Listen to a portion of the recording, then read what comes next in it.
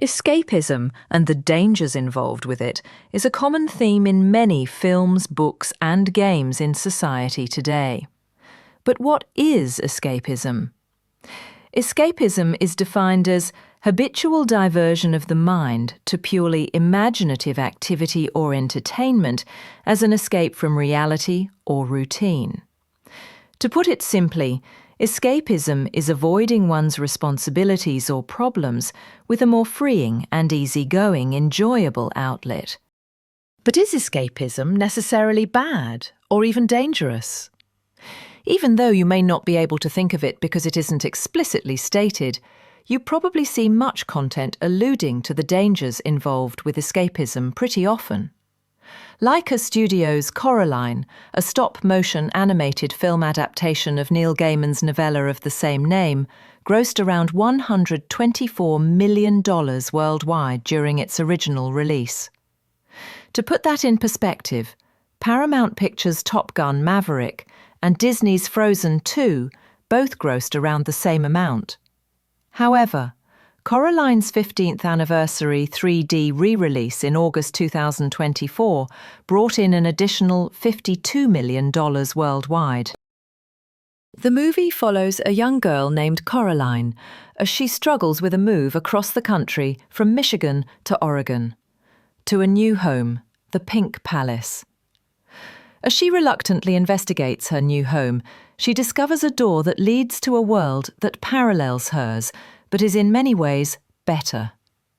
Instead of her dad being a washed-up garden catalogue writer in the other world, he is a musician who writes songs about her. Hello? Hello, Coraline. Want to hear my new song? My father can't play piano. No need to. This piano plays me. Making up a song about Coraline. She's a peach, she's a doll, she's a pal of mine. She's as cute as a button in the eyes of everyone who ever laid their eyes on Coraline. When she comes around exploring, Mom and I will never ever make it boring. Our eyes will be on Coraline. And instead of her mum being withdrawn from her, focused on her own issues, her other mother plans activities for her for the next time she comes over, to make sure she is always entertained. The plot to this film is very similar to another by Disney, Inside Out. This film follows the emotions of a young girl named Riley as she moves homes from Michigan to San Francisco, California. And her new home doesn't seem all that great. But she is also leaving behind everything she has ever known. Instead of having a more imaginative escape like Coraline, she takes a literal one, planning her escape back to Michigan on the bus. Escapism is not only imaginative, and it does not only happen at negative, life-changing events. It happens in people's everyday lives. We read an excerpt from Reality is Broken, Why Games Make Us Better and How They Can Change the World, in which the author, Jane McGonigal, admits more and more people in the world are so ingrained in technology they would rather be online than in the real world. But she claims this is a good thing because people are happy about it, since they can apply all their talents that are underutilised or overlooked in the real world in games. When in reality, there is a notable and worrying trend of increased unhappiness and decreased flourishing among young adults globally, as more and more people are turning online. This is why this issue is relevant today. We saw this exact form of escapism in technology, in Fahrenheit 451 with Mildred and her friends, and pretty much everyone else in their world. They replace real-life connections with fake families on TV. When Montag read to them Dover Beach, a poem describing uncertainty in life, Mildred's friend cries and says that's why she doesn't read.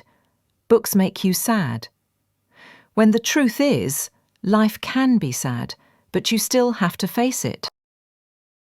In The Seventh Man, the seventh man held on to his guilt from Kay's death and couldn't release said guilt till he came back to his hometown where he had escaped and faced his problem head-on, playing in the ocean.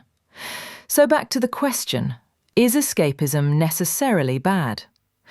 The moral of all of these examples is ultimately that avoiding your troubles will never work out in the end. In Coraline, it turns out that the other world was evil, and the other mother wanted nothing but to steal her soul.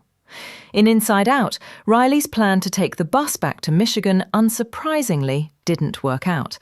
But she did end up accepting and loving her new home in the end. Mildred and her friends were not happy. They masked that by sitting in front of a screen all day, and they probably won't ever be happy unless they make a change and stop avoiding their issues.